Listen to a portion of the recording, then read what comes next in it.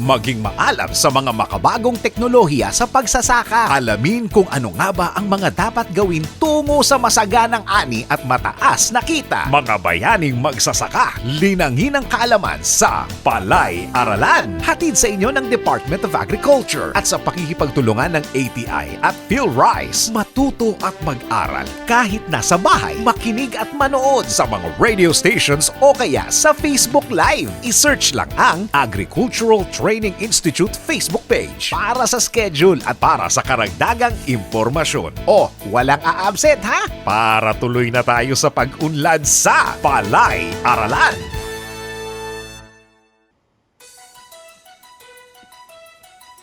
Isa pagpalayang araw Pilipinas, Diyos marhay na aldaw Bicolandia. Welcome po sa isa namang umatikabo at itik na itik sa impormasyong talakayan sa pagsasaka. Ang Palay Aralan, makabagong pagsasaka sa himpapawid, School on the Air and Smart Rice Agriculture dito po sa probinsya ng Albay, the land of the world's most perfect corn. Siyempre, pagbati po sa araw ng kalayaan ngayong araw po. Okay? So, hatid po sa inyo ng Department of Agriculture sa pagkikipagtulungan ng Agricultural Training Institute, PhilRice, APAW, at ng mga lokal na pamahalaan ng 15 munisipyo at 3 syudad dito po sa probinsya ng Albay. Ito po ang inyong lingkod, si Kuya Mike. Tayo po ay napapakinggan sa himpilan ng mga radyo dito sa Albay, sa unang distrito, DWKN 1 Radio 91.3 News FM, tuwing Sabado at Linggo sa ganap na alas 12 hanggang alauna ng hapon. Sa pangalawang distrito, DCGB 729 kHz, tuwing Sabado at Linggo sa ganap na alauna hanggang alas 2 ng hapon. At sa pangatlong distrito naman ay DWBC Radyo ng Libon 95.7 Fresh FM, tuwing Sabado at Linggo sa ganap na alauna hanggang alas 2 ng hapon. Opo, isang oras tayo magsasama-sama sa araw ng Sabado at Linggo sa loob ng 3 buwan. Okay? At sabay-sabay na matututo sa mga makabagong teknolohiya sa pagsasaka ng Smart Rice Agriculture. Gandang buhay po sa ating 2,000 farmer enrollees at syempre ang kanilang mga SOA coordinators na nanggaling sa 15 munisipyo at 3 syudad dito sa lalawigan ng Albay. Magandang araw, bayan ng Tiwi, Malinao, Malilipot, Santo Domingo, Bakakay, Kamalig, Daraga, Manito, Rapu-Rapu, Pulangi, Libon, Huwas, Ilubatan, Piodoran, Covillar at mga syudad ng Tabaco, Legazpi at Ligao. Ngayon pa lang kami po ay taus-puso nagpapasalamat na sa inyong pagsuporta at pagpapahalaga sa mga adhikain ng kagawaran ng pagsasaka. Okay? So tayo din po ay nasusubaybayan via YouTube. Just follow us on our official account, ATI Bicol #survey channel at FB page ng ATI Bicol at syempre sa mga FB page din ng ating mga partner radio stations dito po sa probinsya ng Albay. Okay? So, ngayong araw po ay ating tayo po ay dadako sa ating lesson 3 na may kaugnayan pa rin po sa pagbabago ng klima or climate change. Meron po tayong 3 paksa na may kaugnayan pa rin sa ating pinag-usapang climate change. Kaya sama-sama nating pakinggan at panoorin upang matuto sa Smart Rice Agriculture. Palay Aralan sa Radyo, School on the Air program ng Department of Agriculture.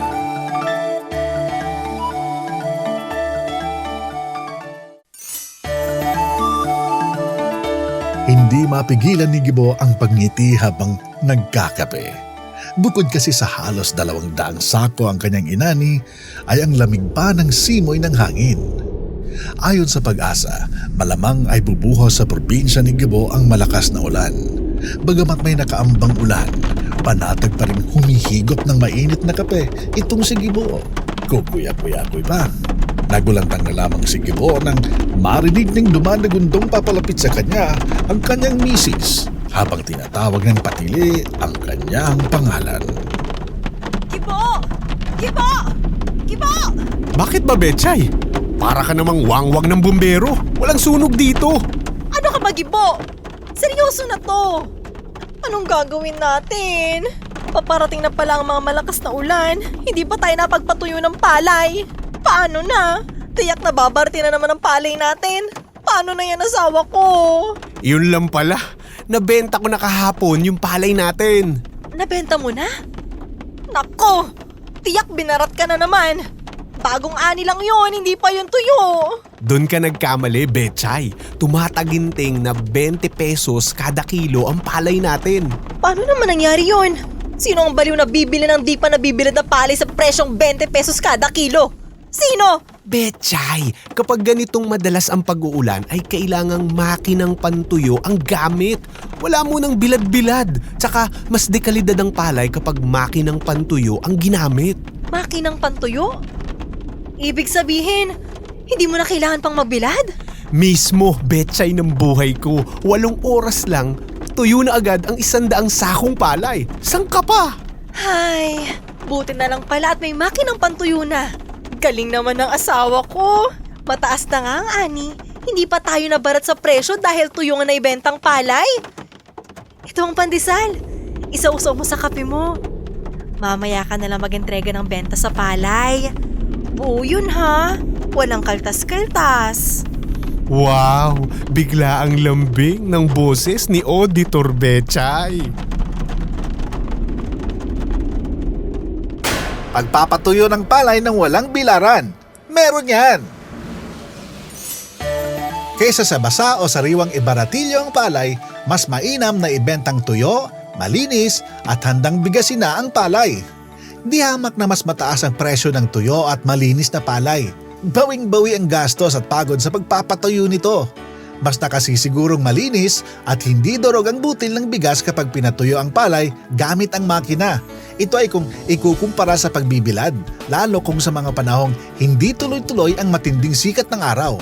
Kapag minalas-malas pa nga aabutan ng ambon o ulan ang palay sa bilaran. Sa makina, walang ambon, walang ulan. Ultimo ulap o kulimlim ay huwag mong iisipin. Dagdag pa riyan, mas mabilis ang proseso ng pagpapatuyo sa makina na aabot lamang ng 6 hanggang 8 oras kada 100 sako.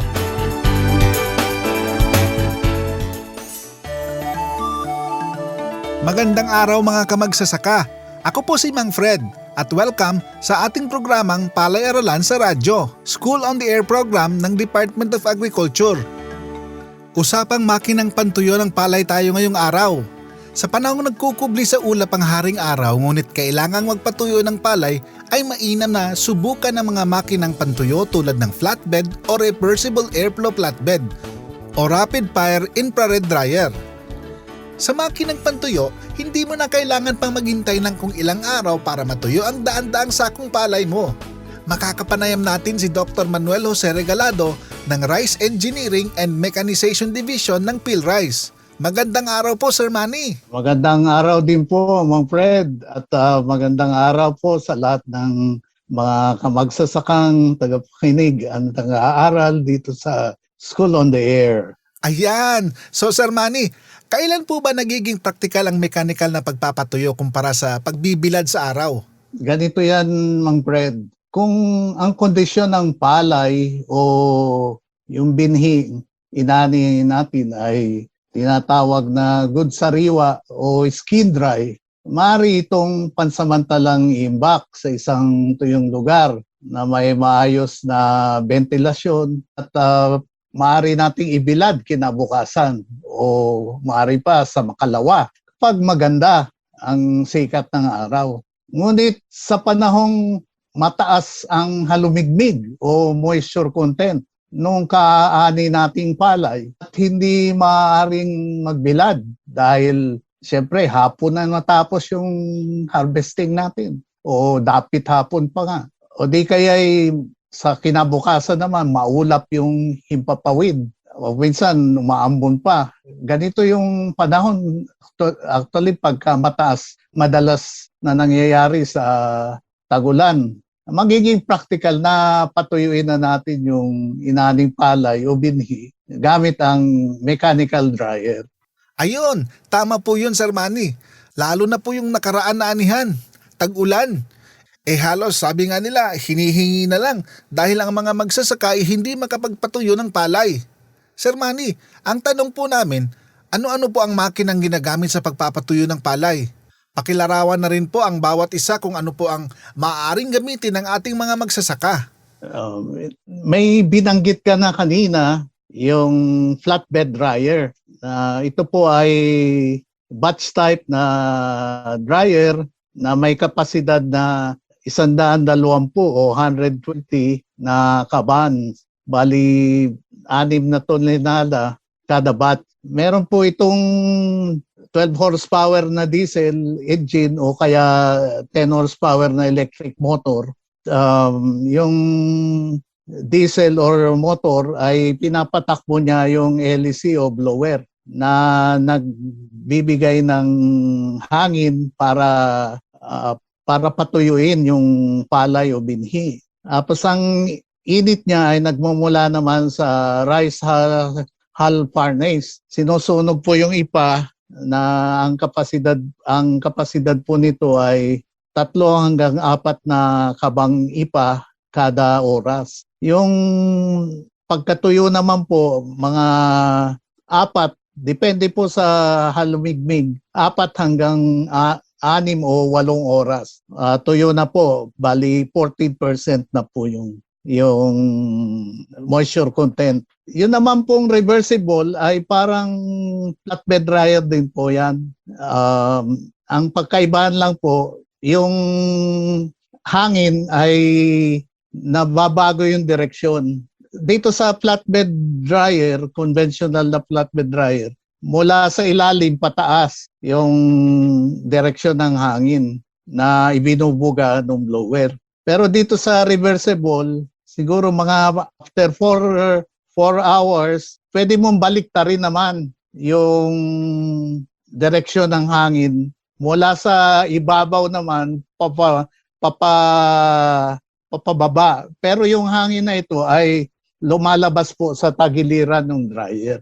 Ito ay na-disenyo para hindi na po maghalo. Kasi yung merong mga gumagamit ng flatbed dryer, hinahalo pa ho yung palay na nasa loob na ng drying bin.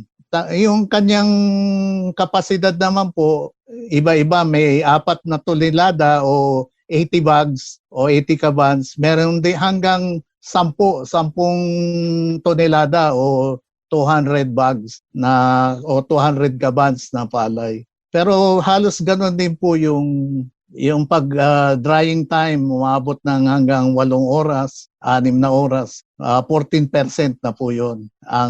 Yun yung tamang moisture content o MC na pwede na pong gilingin o pwede na pong i-imbak na safe na po siya.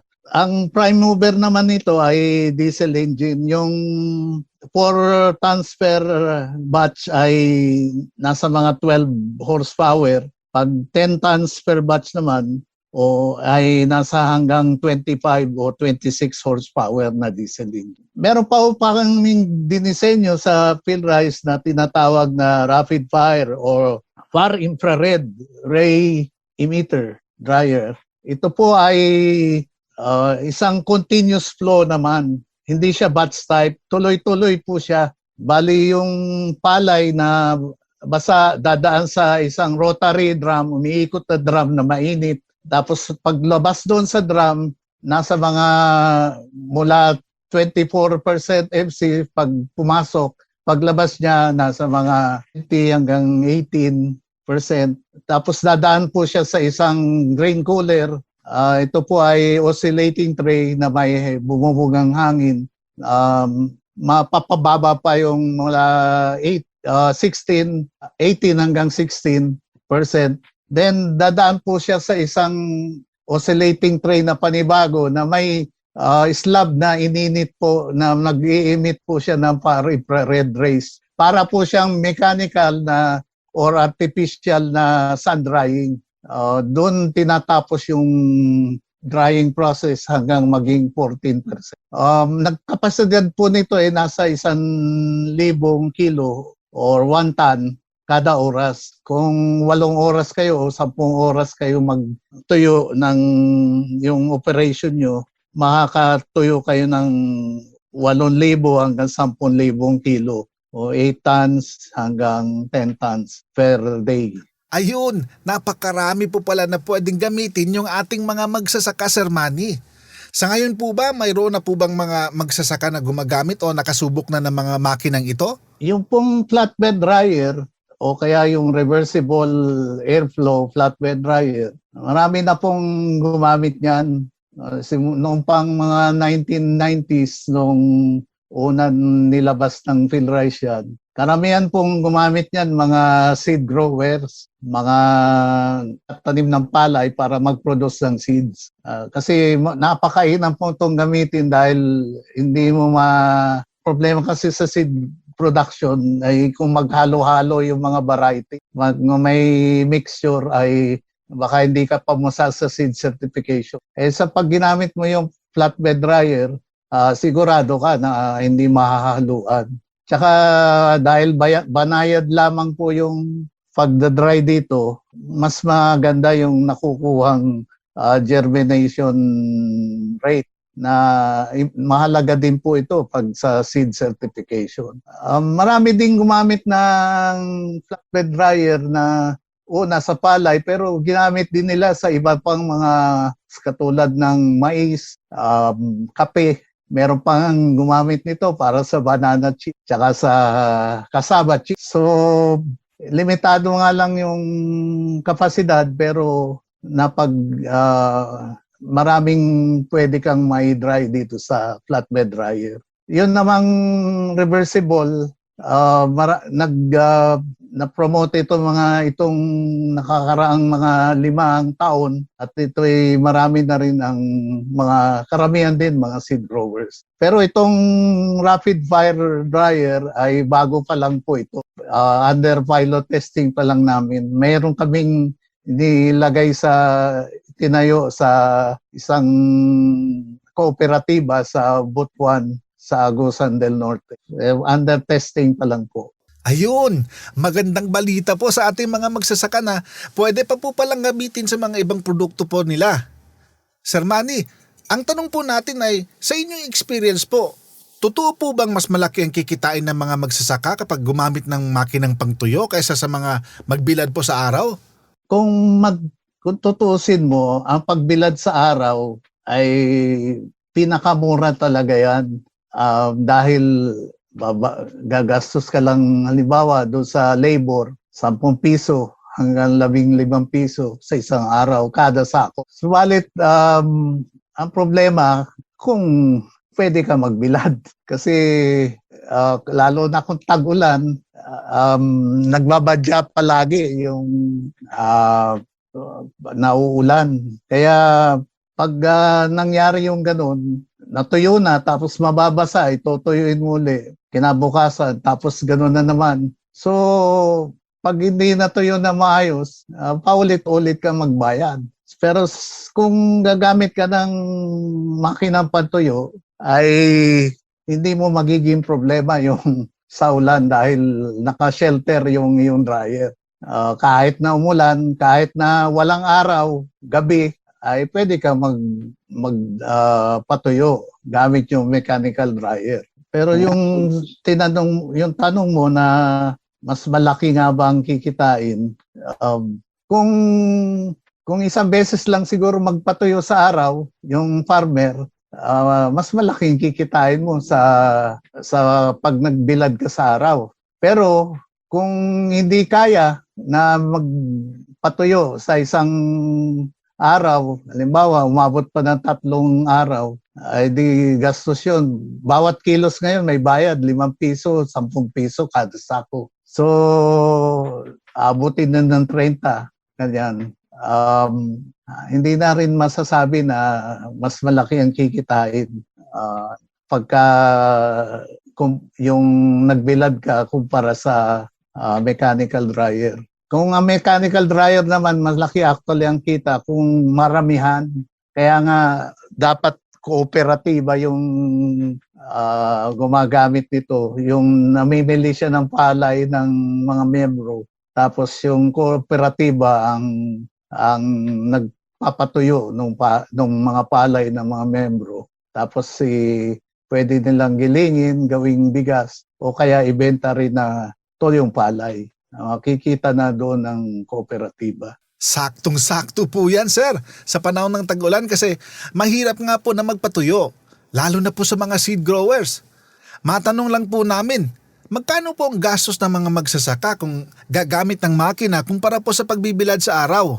Yung mang sinasabi mong gastos ay kung halimbawa sarili mo na yung makina, bumili ka ng dryer at ikaw ginamit mo itong dryer at ikumpara mo sa pagbibilad sa araw. Ganon po ba? Kasi kung ganon nga, hindi naman nagkakalayo ang kung sarili mo yung dryer, mechanical dryer. Sa pagbibilad sa araw, nabanggit ko na kanina, mga 10 to 15 pesos per day kada sako. So, kung 2 araw siya para tuyong maayos, nasa mga 30 pesos per sack, 20 to 30 pesos. So, pumapatak po na 60 centavos, 50 centavos hanggang 60 centavos per kilo ang drying fee. Pagka naman sa mechanical dryer, konti lang po ang angat niya, nasa mga ganun din po, mga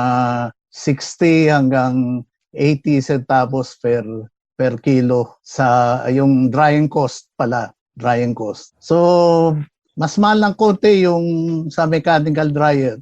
Pero kung wala namang araw, lalo sa tag-ulan, wala ka namang ibang choice kundi magpatuyo sa mechanical dryer. Ang binabanggit ko lang, kailangan lang po ay maramihan sana. Hindi unti-unti lang yung dinadry para po yung tinatawag na economics of scale. Mas marami yung pinaprocess, dinadry, mas kapaki-pakinabang po, mas efficient po yung proseso ng pagpapatuyo sa gamit ng mechanical dryer. Ayun, depende nga po talaga ito sa sitwasyon, ano po. Kasi ang magpapatuyo sa araw ay napakamura. Kung tag-ulan naman at marami po ang masisira na bagong ani, napakainam po na mayroon tayong magagamit na mechanical dryer. So, Sir Manny, sakali man po na ang mga magsasaka ay nais po na gumamit o mag-put up ng ganitong makinarya, saan po pwedeng makipag-ugnayan kung nais nilang magpatayo ng makinang pangpatuyo? Pwede po silang makipag-ugnayan sa Rice Engineering and Mechanization Division ng PhilRice. Napin lamang po si Engineer or Dr. Arnold Juliano, ang aming division head. Pwede rin pong kontakin kami through yung tech center. At yung in charge sa tech center ay i-relay niya yung mensahe sa aming division. Ayun, tamang-tama po. Kasi kami po mismo ay nagtatanong sa text center. Ang number nga po nila ay 0917-111-7423. Ayan, Sir Manny, kasi marami po ang nagsasabi na kapag pinatuyo sa makinang pangtuyo o yung mechanical dryer, nag-aamoy usok at makutimang bigas. Totoo po ba ito at may mga dapat bang iwasan kung gagamit po ng makinang pangtuyo? Yung pong nag-aamoy usok, maaari pong mangyari po siya dahil una, kung yung ipa na ginamit ay basa, hindi maganda ang pagkatuyo nung ipa. Kailangan tuyo rin kasi yung ipa at saka malinis. Hindi dapat mabasa. Kasi pag sinindihan mo yung ipa na medyo basa ay mausok. Tapos ang nangyayari po ay pag binuksan pinaandar na yung blower at mausok pa, ay yung lahat ng usok niya pupunta doon sa palay na tinutuyo. So, para na ho siyang magiging tinapa kasi pinausukan. Para mapigilan to, yung mga flatbed dryer po kasi ay meron siyang butas sa dulo na parang manhole na sa umpisa binubuksan muna yun para yung lahat ng hangin muna ay dumaan doon, hindi muna dadaan sa mga butil ng palay doon sa drying bin. Kaya pero pag maayos naman na yung sa pugon, sa furnace, wala nang usok. Maiwasan na po yung amoy usok. Tsaka yung makutim, depende po sa pagpapatuyo na kung yung pagpapatuyo ay hindi maayos. Halimbawa, doon pa lang sa sako, bago patuyuin ay nanginit na po sa loob ng sako, basa yung palay. Nasa maghapon o magdamag pa siya na hindi napapatuyo. Umiinit po yung palay sa loob, parang nilalagnat na yung palay dahil sa nagre-respire din mo siya yung mga grains. Nag-emit siya ng init. So yung init na yun ay lalo kung basa pa yung palay, mataas ang moisture, halamigmig. Yun ang mga nagkukos ng artificial yellowing o yun nga, pangungutim. Hindi mo masabi na sa drying galing yun o sa dryer. Yun ay pag hindi mo drenay kagad yung nasa sako mga palay na basa at nanginit siya, yun, mangungutim yung palay. Kaya para maiwasan po, dapat ay katulad ngayon, pag kinombine harvester mo, yung reaper kung tawagin, ang dami. Sa isang araw, mga halimbawa 10 reaper or combine ng gumana, aani sila ng mga 3 hektarya kada reaper. So kung 10 reaper yun, di 30 hektaryang na-harvest. So kinabukasan pa ibibilad yan kung isasandry natin. Kaya mas mainam kung may dryer na mechanical, yung 30 hektarya, kung 100 ng harvest nun, di 3,000 yun, nakaban. Marami-rami din yun na patutuyuin. Paano kung hindi maganda yung araw, panahon? Pag mataas pa yung halumigmig talaga sa loob ng sako, mangungutim talaga yung kahit na maganda pa yung rice mill mo, yung moderno, hindi na niya mapapakintab o mapapabrilyo yung bigas dahil sa sako pa lang nangutim na. Kaya mainam na maipatuyo kaagad, lalo na kung basa yung palay. Sa gabi pa lang ay patuyuin na. Ayan, napakarami po ng aming natutunan patungkol sa pagpapatuyo ng palay gamit ang mechanical dryer. Baka po may dagdag mensahe po kayo sa ating mga tagapakinig, lalo po sa ating mga kababayang magsasaka, Sir Manny. Ang mas sabi ko na lang po ay mas mainam po sana na yung mga magsasaka ay talagang member ng o miyembro ng isang kooperatiba. Tapos yung kooperatiba ay magkaroon ng mga makapundar ba ng mga gamit katulad ng dryer para matulungan yung mga miyembro. At itong mga dryer na ito ay para din tugunan, lalong-lalo na sa panahon ng tag-ulan. Nakakaawa din, meron din mga farmer kasi na yung palay nila nalubog pa sa yung tubig ulan, baha. Pag hinarvest talagang dripping wet.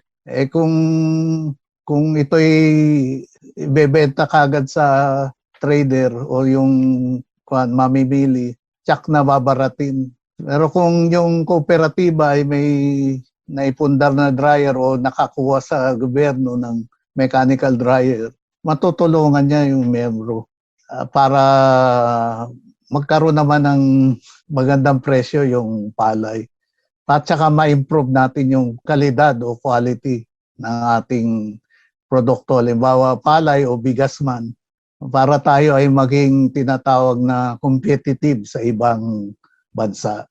Ayan, maraming salamat po, Sir Manny, sa pagpapaunlak ninyo po sa amin na i-share po ang mga bagong teknolohiya sa pagpapalay. Maraming salamat po at mabuhay po tayong lahat. Ingat po tayong lagi.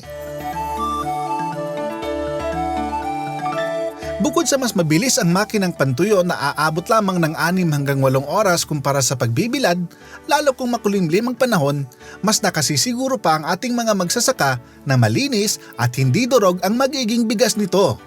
Mas mataas din siyempre ang presyo ng tuyo at malinis na palay na umaabot ng hanggang 20 pesos kada kilo. Napapanatili rin ang kalidad ng bigas kung di makinang pantuyo ang gamit dahil nababawasan ang pinsalang maaaring dala ng masamang panahon at pagkadurog ng mga butil sa paggiling.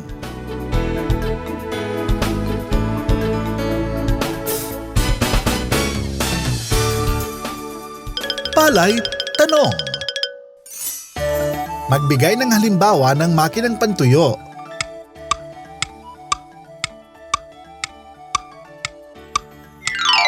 Sagot: flatbed dryer, reversible airflow dryer, rapid fire infrared dryer.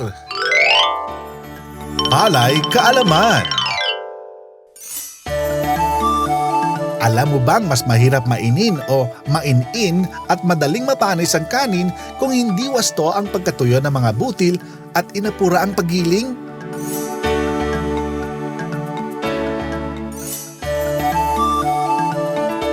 Sabay na nangangarap ang magkasintahang Aliana at Facundo. Para kay Aliana, gusto niyang maaliwalas at hindi maalinsangan ang kanilang dream house. Kaya naman gusto niya ay gawa sa sawali, yung parang kubo. Si Facundo naman ay nais niyang gawa sa konkreto ang bahay para raw sintibay ng pag-iibigan nila na hindi basta-basta matitibag, bumagiman o umaraw, mahirap o marangya. Magkakasundo kaya ang magkasintahang Aliana at Facundo sa kanilang dream house. Facundo, ayoko nagawa sa semento ang itatayong dream house natin. Tiyak na maalinsangan at madilim ang loob ng bahay. Paano na ang magiging mga anak nating sina Junjun at Bengbeng? Tiyak na maiinitan sila. Aliana, ang sa akin lang naman ay kung magpapagawa na rin lang tayo ng bahay ay yung matibay na. Yung bang matagalan. Kaya mas maganda kung gawa sa semento. Ito namang sina Ate Aliana at Kuya Facundo. Sa family house pa lang nila hindi na magkasundo. Paano pa sa ibang bagay? Para wala ng gulo, pwede bang makisawsaw sa bangayan usapan nyo pala? Kanina ka pa nga nakikisali, kapatid kong Jokoy. Ano naman ang bright idea mo sa pagpapagawa ng dream house namin? Aber? Oo nga, bayaw. Magiging bayaw pa lang. Paano kami magkakasundo sa dream house namin? Parang magkaiba kami ng pangarap na dream house ng Ate Aliana mo. Mali naman siguro kung hiwalay ang tahanan namin. Simple lang. Ibase natin yung bahay nyo sa kuwebo. Yung dinisenyo ng isa sa mga scientists mula sa DA Phil Rice. Istrukturang kubo kaya hindi mainit at hindi mahirap gawin pero kasing tatag ng kuweba. Kaya naman, hindi basta-basta magigiba dumating man ang malalakas na bagyo. Parang mga sinaunang bahay sa Batanes. Meron ba nun? Meron, bayaw Facundo. Pakibuksan ng radyo nang matutuhan nyo ang kuwebo. Istrukturang kubo na kasing tibay ng kuweba. Wala nga lang duwende. Kuwebo, istrukturang kubo na kasing tatag ng kuweba. Ang kuwebo ay istrukturang pananggalang sa bagyo kung saan maaaring isilong ang mga alagang hayop, pagtabihan ng mga makinang bukid o di kaya isiliran ng mga inaning palay at iba pa. Pwede itong tawaging evacuation center ng mga kayamanang pambukid o farm assets. Ayon kay Senior Scientist Ricardo F. Orhe ng PhilRice, nagdisenyo ng istruktura, tinawag itong kuwebo dahil ito ay istrukturang madaling gawin kagaya ng kubo ngunit matatag kagaya ng kuweba. Kaya naman, kayang-kaya ng kuwebong malampasan ang matinding buhos ng ulan at pagbugso ng hangin. Sa normal na kondisyon ng panahon, hindi gaanong mainit ang temperatura sa loob ng kuwebo. Alanganing kuweba, alanganing kubo.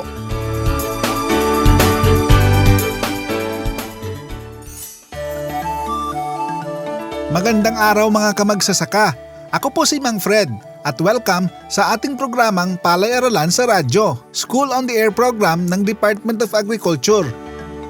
Tutok lang po kayo. Usapang kuwebo tayo ngayong araw. Ito po yung istrukturang kubo na kasing tatag naman ng kuweba. Hindi basta-basta iwawas-iwas ng bagyo. Ang kuwebo po ay istrukturang maaaring silungan ng mga alagang hayop, tabihan ng makina at siliran ng inaning palay habang masama ang panahon. Mainam ang kuwebo sa mga lugar na malimit binabayo ng malalakas na bagyo. Bukod pa dyan, napapanatili ang hindi gaanong maalinsangang klima sa loob, kaya naman hindi kulob ang mga ilalagay sa loob nito. Kumbaga, hindi lalagnatin ang isisilong na kambing. Makakapanayam natin si Dr. Ricardo Orje. Isa po siya sa mga scientist ng PhilRice. Magandang araw po, Sir Dong. Magandang umaga din, Mang Fred, at sa lahat ng ating mga tagapakinig. Ayan, napakaganda po ng ating topic ngayong araw. Sir Dong, pakilarawan po sa amin ang tindig at itsura ng kuwebo at saan po ba ito gawa? Ang kuwebo ay, ang bubong nito ay hugis dome or yung kalahating bilog o di kaya hugis tunnel o tunnel-shaped roof na ang katawan niya ay pabilog din. So para siyang mga bubong ng mga lumang katedral, yung kung tingnan natin na pabilog, o di kaya bubong ng toll gate sa mga expressway. So ganun po ang hugis ang tindig ng kuwebo. Ang kuwebo ay gawa ng semento, concrete, na ang patigas nito ay ginagamitan ng kawayan at mesh wire. Kaya kumpara sa conventional na mga struktura, siya ay mas madaling gawin, kagaya ng kubo, ngunit ginagawang matibay para panlaban sa bagyo, kagaya ng kuweba. Kaya ganun ang pangalan niya. Ayun, Sir Dong, balita po namin ay kayo po ang nagdisenyo ng kuwebo, Sir Dong. Bakit po ninyo naisipan na gawin po ang disenyo na ito, Sir Dong? Yeah, nung nangyari yung Yolanda, yung bagyong Yolanda sa Leyte, ako po ay taga Leyte, Mang Fred. Kaya 6 months after yata nung Yolanda ay pumunta talaga ako doon sa lugar namin at tiningnan ko yung sitwasyon ng aming bahay, yung ancestral house, yung komunidad namin. Nakita ko doon hindi lang halos lahat yata ng mga bubong ay lumipad. Kasama po yung bubong ng bahay namin. Hindi lang yon, ang mga nabalita ay mga nasirang bahay. Pati na rin yung mga pinagkulungan o bahay ng mga babuyan, yung mga backyard piggery, wala na rin. So nalaman ko sa aming mga kabarangay na hindi lang tao ang namatay nung bagyo na yon, kundi marami ring mga hayop dahil unang-una, pagkalipad nung mga kanilang sinilungan ay mamamatay na rin kahit nga manok pag mabasa na yung balahibo nila, mamamatay na rin yun sa ginawang manok. Ganun na rin yung mga baboy. So naisipan ko ang kuwebo, something ba na hindi siya masyadong mahirap gawin pero matibay at kayang makatayo against sa malalakas na bagyo. Doon po nag-umpisa yung kwento ng kuwebo. Ayun, parang dahil po sa personal experience po pala ninyo, Sir Dong, kaya naisipan po ninyo na gawin ito. Sir Dong, tanong po namin, ano-ano po ba ang pakinabang dito sa paggamit ng kuwebo? So unang-una, ang kuwebo talaga ay dinevelop upang merong mapaglagyan ang ating mga magsasaka ng mga bagay na mahalaga o may value para panahon ng bagyo ay ma-secure ito at ma-save at hindi sila malugi after ng bagyo dahil maraming mga ari-arian, mga hayop na nawala na siyang investment din nila. So, ang kuwebo ay isang multi-purpose na struktura na dinisenyo natin upang makapag-withstand against sa typhoon. So pwede ito silungan ng mga makinarya, pwede dito imbakan ng palay, ng binhi, o kahit dito isilong yung hayop or imbakan ng fertilizer o ano pa man mga bagay na kinakailangan ng ating magsasaka para magamit sa kanyang hanap buhay sa sakahan. Sir Dong, nabanggit po ninyo na pwedeng gawing imbakan o storage ng binhi ang kuwebo. Kumusta po ba ang temperatura sa loob ng kuwebo? So, unang-una nabanggit ko yung multi-purpose function niya. Pero dito, Mang Fred, ang disenyo actually ng kuwebo ay nakabase doon sa main function niya. So, halimbawa, multi-purpose nga pero meron siyang main function, main purpose na doon ang basihan ng pagka-design natin ng kuwebo. Halimbawa, gawing imbakan, tsak mahalaga yung temperatura sa loob. Kaya may mga ilalagay tayong butas para maging maayos yung ventilasyon ng daloy ng hangin upang mapanatiling mababa ang temperatura sa loob na siyang kinakailangan kung meron tayong imbak na binhi ng palay. So, base naman doon sa mga naunang nagawa namin, idea, ano naman siya, yung hindi siya yung temperatura na nasa loob ng isang istaktula na ang bubong ay yero. So relatively malamig siya dahil ang bubong nito ay concrete na makapal at hindi kaagad makadalo yung init galing sa labas dahil sa sikat ng araw. Ayun, napakaganda pala na ganun po ang pagkakadisenyo na hindi nga po nakukulob o nakakapasok yung init. Sir Dong, ang sabi po ang kuwebo ay istrukturang kubo na kasing tibay ng kuweba. Ang tanong po, ay gaano po ba katibay itong kuwebo? Nasubukan na po ba sa malalakas na bagyo? Ano po yung naging basihan para masabing mas matibay sa pangkaraniwan po ito? Ang kuwebo, Mang Fred, ay gawa ng prefabricated na parts. Ibig sabihin, gawin ito ng mga piyesa tapos i-assemble. Pagka-assemble dyan, tuloy-tuloy na ang pinaka-purpose niya, mapababa yung level ng skill ng pag-construct ng kuwebo. So lahat dito, kahit unskilled workers sa community ay ma-involve.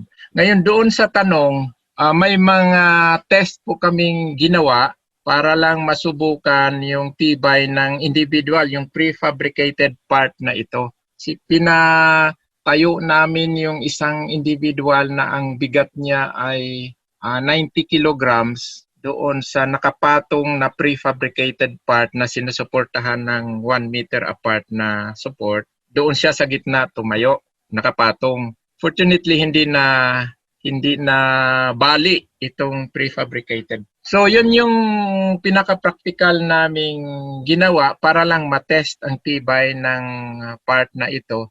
Pero may mga plano kaming ay subject talaga ito sa sa scientific way of testing noong part na ito. Gamit ang problema lang namin yung facilities kung saan siya i-test. Pero yung ginawa namin yon ay isa sa mga dahilan kung bakit namin nasabi na kaya niyang mag-withstand ng bagyo.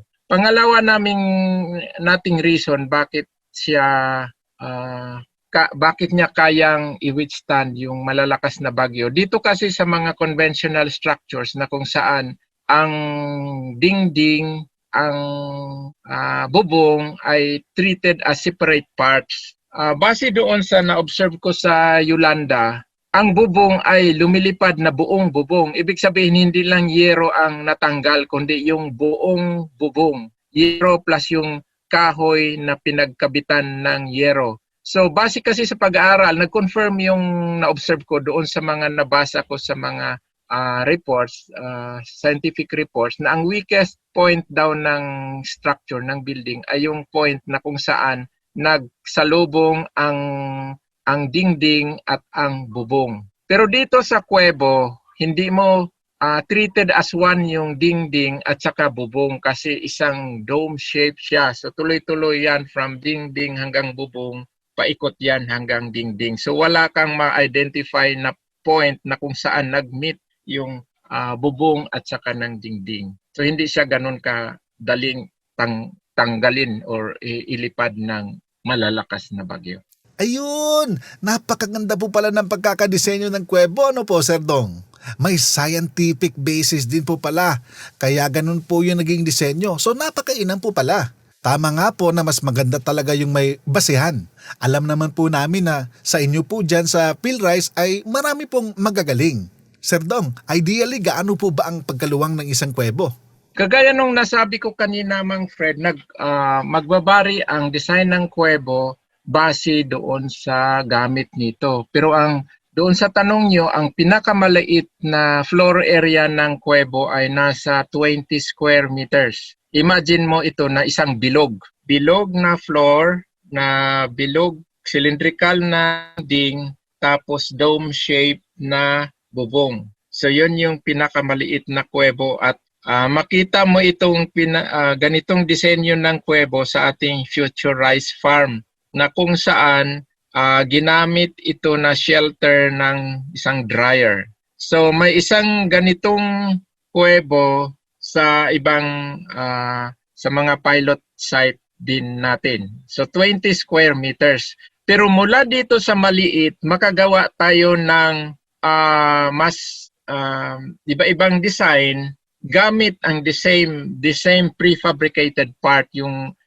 sinabi ko kanina na sinubject sa load, na nakakurbada na ito, na kagaya noong kuwebo na nasa Palayamanan area ng PhilRice Central Experiment Station, may may 5 na parang, kung tingnan mo sa taas, para siyang bulaklak na may petals, na each petal ay parang yung maliit na kuwebo na 20 square meter. So sa ganitong kuwebo na nasa Palayamanan, ang floor area ay nasa 138 square meters. At posible pa tayong makagawa ng ibang kuwebo base doon sa specific na paggagamitan nito. Sir Dong, doon po sa sinabi natin na gaano kalaki, mga magkano po kaya ang magagastos para sa pagtatayo ng ganoon pong kalaki na kuwebo? Base sa aming computation dito, Mang Fred, unfortunately, mga pa ito, 2019 na data, umaabot ng mga 2,300 pesos per square meter floor area ang investment natin sa pagtayo ng kuwebo. So ginawa namin itong per square meter floor area para rin ma-compare namin doon sa mga ibang istruktura na nakatayo. So kung meron kang kagaya noong nasa Palayamanan, ang floor area niya ay nasa 138 square meters, inabot din kami ng doon, nasa mga 300,000 pesos. Pero sa ganong luwang yon, na i-computein mo nga yung per square meter ay nasa 2,300 pesos per square meter. Pero ikumpara mo ito sa ibang conventional na paraan ng paggawa ng structures, malaki pong kababaan ito sa cost. Kasi karamihan ngayon hindi bababa sa 5,000 pesos per square meter floor area nung structure o nung building. Ngayon, ang assumption dito, gastos lahat pati labor. Pero ang idea ng kuwebo ay bayanihan. Halimbawa, sa isang komunidad o sa isang kooperatiba, kung magtayo kayo ng kuwebo, free na yung service ng labor, o sa isang household, involve mo yung lahat ng miyembro, pwede ka makatipid ng labor. Sa na rin, pinipresyohan namin yung kawayan na siyang reinforcement noong concrete na maari namang libre sa ibang lugar. Ang laki po pala ng kaibahan, po? Mas malaking tipid po pala kung sa disenyo na ganyan. Sir Dong, may tanong lang po ako doon sa reinforcement na sinasabi po natin na kawayan. May pag-aaral na po ba kayo, Sir Dong, kung ano po ang pagkakaiba o gaano po katagal ang buhay ng reinforcement na kawayan kumpara po sa karaniwan na bakal? Ang paggamit ng kawayan ngayon, Mang Fred, ay binabalikan kahit doon sa larangan ng architecture. So, considered na rin siya na isang structural material. So, may mga literatures na nagsasabi na ginagamit ang kawayan as reinforcement noong concrete. Ngayon, maalala ko, nung maliit pa ako at may yung babuyan namin nga noon, kasi ang tatay ko ay karpentero, ang gamit niyang reinforcement doon sa mga kapalit doon sa bakal na kung saan itutusok sa hollow block ay actually kawayan. At naalala ko yun, hindi naman siya nasisira noong time na sirain na yung silungan ng baboyan dahil may itatayo ng iba.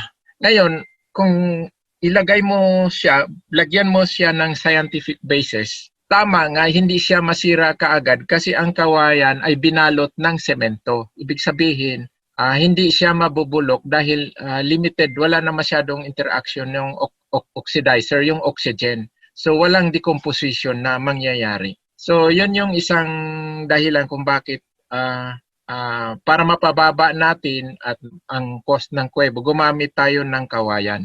Ang isa pang dahilan, ang kawayan ay resistant, ang siya sa makapag-withstand siya ng tensile force, yung paunat na force, which is yan ang weakness naman ng concrete. Kaya magandang pagsamahin itong kawayan doon sa concrete kasi kung sa mga load na nauunat yung concrete, nandoon yung kawayan na siyang mag-oppose sa force na yon. Napakaganda po na pagkakapaliwanag ni Sir Dong. Sir Dong, baka po may mga asosasyon na po ba kayo ng mga magsasaka na nakapagpatayo o natulungan po na magtatayo po ng ganitong klase ng istruktura, kuwebo?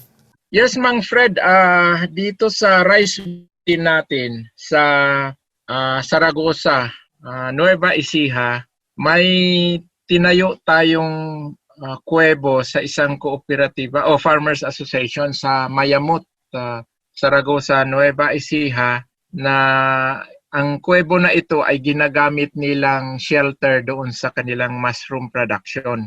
So iba din ang hugis nito. Imagine mo yung bilog, kinati mo, in-slice mo, inunat, tapos nilagyan pa ng extension sa gitna. So para siyang oblong kung tingnan sa taas, ang floor area niya oblong. So part doon ay nandoon yung space para gumawa ng mga fruiting bags yung mga miyembro ng asosasyon, at nandoon yung isang dulo nito ay isang room na kung saan doon nila patubuin yung mga mushroom.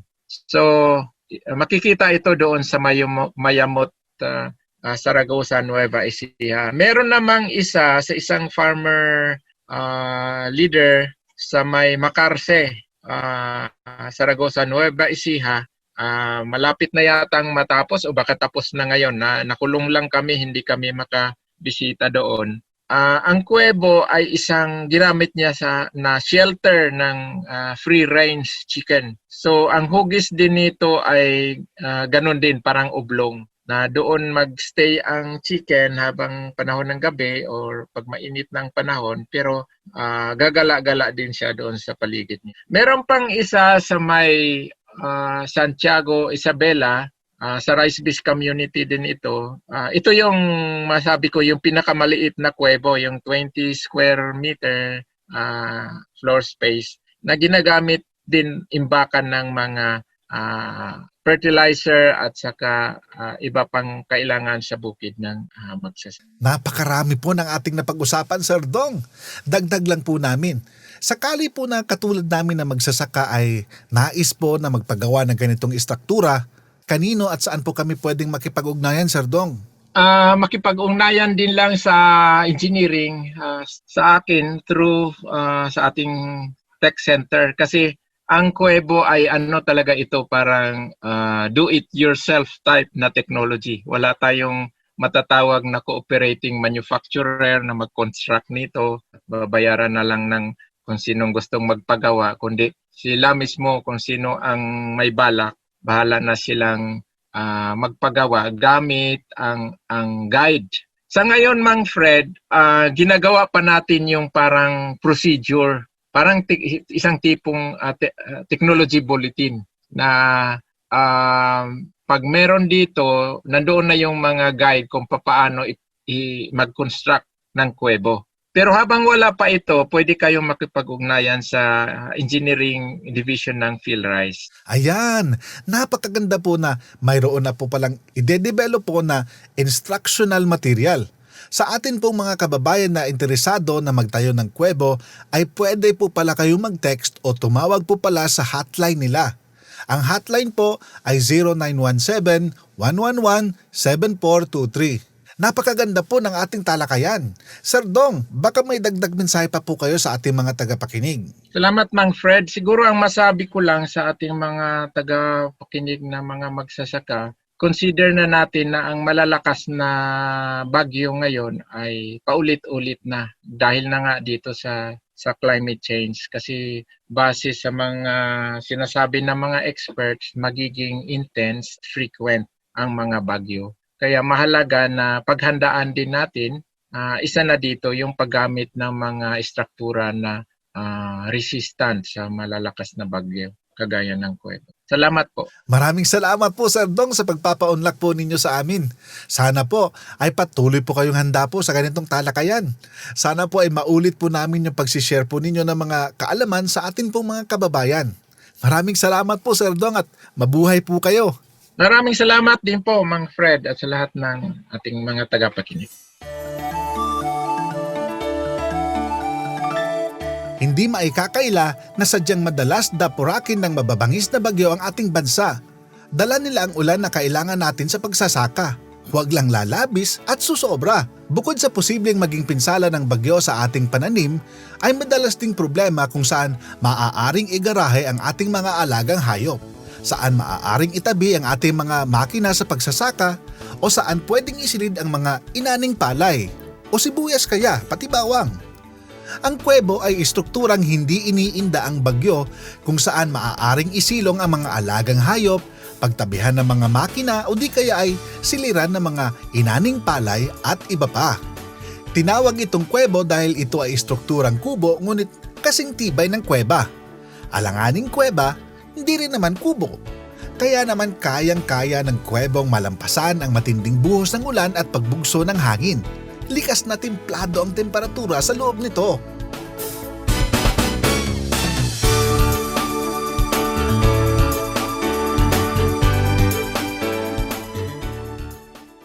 Palay Tanong. Tama o mali? Ang kuwebo ay istrukturang gawa sa karton ngunit kasing tibay ng bato.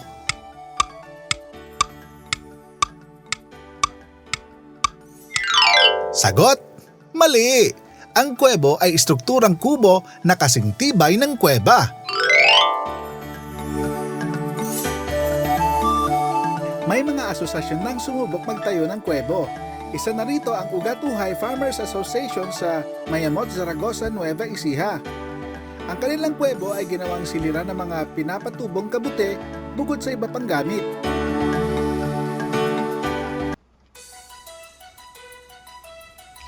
Okay, so maraming salamat po ulit PhilRise, ang ating content developer. Ayan mga farmer enrollees, sa ating natunghayan ang lesson 3 na may kinalaman pa rin at may kaugnayan sa climate change. So sa susunod po ulit na Sabado, okay, pagpapatuloy po natin ang ating mga usapin or mga paksa sa ating Smart Rice Agriculture. Okay? So napakabilis po talaga ng oras. Maraming salamat sa DA, PhilRise at ATI Bicol. Sa aming Center Director, Ma'am Elsa, at sa aming Section Chief, Ma'am Cry. Maraming salamat po mga ating kaugnay sa pagsubaybay, pakikinig at panonood. Bukas sa darating na Sabado po ulit. Same time, same station sa iba't ibang distrito dito sa probinsya ng Albay. Nakasama po natin sa technical side si Kuya Chan at si Ate Joy Dean. Okay, ang ating staff po sa IS. At ito po ang inyong lingkod, si Kuya Mike, nag-iiwan ng isang masaganang ani, mataas na kita mga kaugnay. Stay safe and be smart in agriculture. Diyos mabalos po. O ayan, may bago ka ng alam. Lahat yan natutunan sa Palay Aralan. Maging handa sa anumang hamon ng panahon. Kaya't ibahagi na ang mga natutunan. Pero mas maganda, imbitahan mo na sila sa susunod na enrollment para magkasama na kayo. Hatid sa inyo ng DA at sa pakikipagtulungan ng ATI at PhilRice. Tandaan, maging matalinong magsasaka sa Palay Aralan.